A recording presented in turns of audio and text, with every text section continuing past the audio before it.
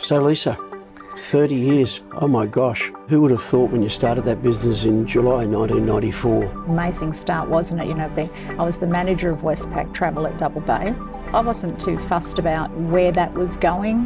That certainly wasn't going to be the rest of my career. And when the opportunity came up and Westpac, who was actually owned by Qantas at the time, decided they didn't want to be in retail, they sold to American Express, and the office at Double Bay was one they didn't want. So they came up with an opportunity for me to purchase the business.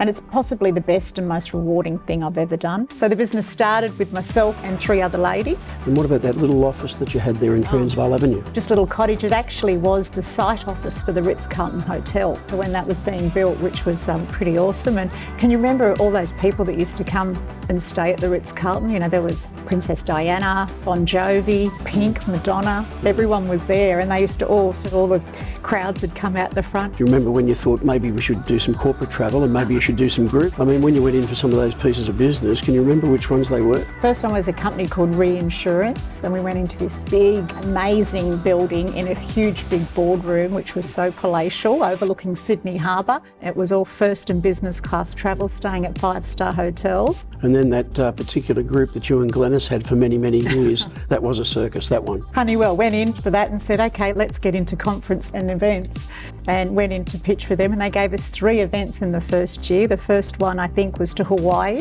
but we had some funny years with them, didn't we? Fiji. They were an opportunity of selling Virgin Galactic tickets, so tickets into space, and of course we went, of course, absolutely, we're there. So we went and had an interview with the guys and had to pitch for that account, and we actually ended up selling the first ticket. Then all of a sudden things changed. We had 9/11 and the Ansett collapse. That sort of changed a lot of things and ended up picking up more business out of the Ansett collapse. And one was Surf Life Saving Australia, who was sponsored by Ansett at the time. And the president rang me and said, Michael, we don't have an airline anymore. Can you guys help us out? And then next thing you know, 2002, 2003, and we've got SARS. Yeah, then I sort of started to have to get more involved because Lisa and I had our first daughter, Amelia. I'd come from, an IT background, and I'd been working in the GDS business as well, and heading up IT and in travel groups and things like that. Lisa said, listen, we've got to start implementing an online booking tool. And this is the late 2000s. And I said, well, let me have a look. And I looked at some of the technology and thought, this is rubbish, and started developing a traveller profile system for world travel to link to this online booking tool. There was no great traveller profile systems, and all of a sudden we had a platform starting and evolving, linked to an online booking tool. Over the next number of years, we ended up with a platform that in 2017 was relaunched as Orbit Enterprise. So it was just an interesting journey, and I didn't know where I was heading with it when I started. Yeah, we were able to win a number of other national travel industry awards in corporate travel consultant.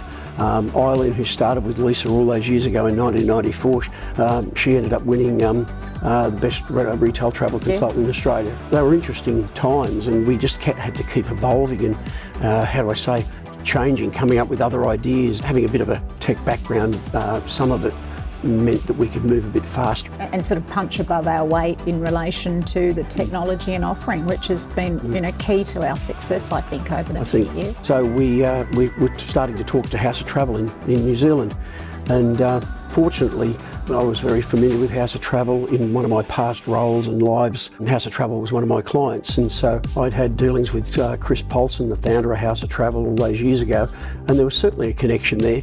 So when they started talking to us about maybe investing in the Australian market and what have you, it certainly seemed like the right fit. It was a big corporate business, wasn't it? Yeah, and look, to think of it today, we're Australasia's largest privately owned travel management company, 350 staff, of 500 million TTV, and offices across Australia and New Zealand. Like, who'd ever thought we'd be involved in a venture like that? It's been a journey that we didn't know where that was going to lead to either. We started to build some partnerships, global partnerships, to get some more opportunity of getting some regional global account. And when I got that phone call about, would you be interested in talking to us as a partnership from one of the guys from Travel Leaders in the States, we didn't know where it would lead, but it certainly has led to a great partnership. There's some really great business there, and as we know, there's a lot more opportunity right now. Because it's a unique opportunity in that it's a global representation, but it's all independent entrepreneurs like Michael and myself in all those countries. So it's a great opportunity. Yeah. Leading into 2019, 2020, the business was going quite well. We had more than 75 staff and we were pretty strong at the time. February 2020, have some surgery and I was lying in hospital looking at the television and I'm saying,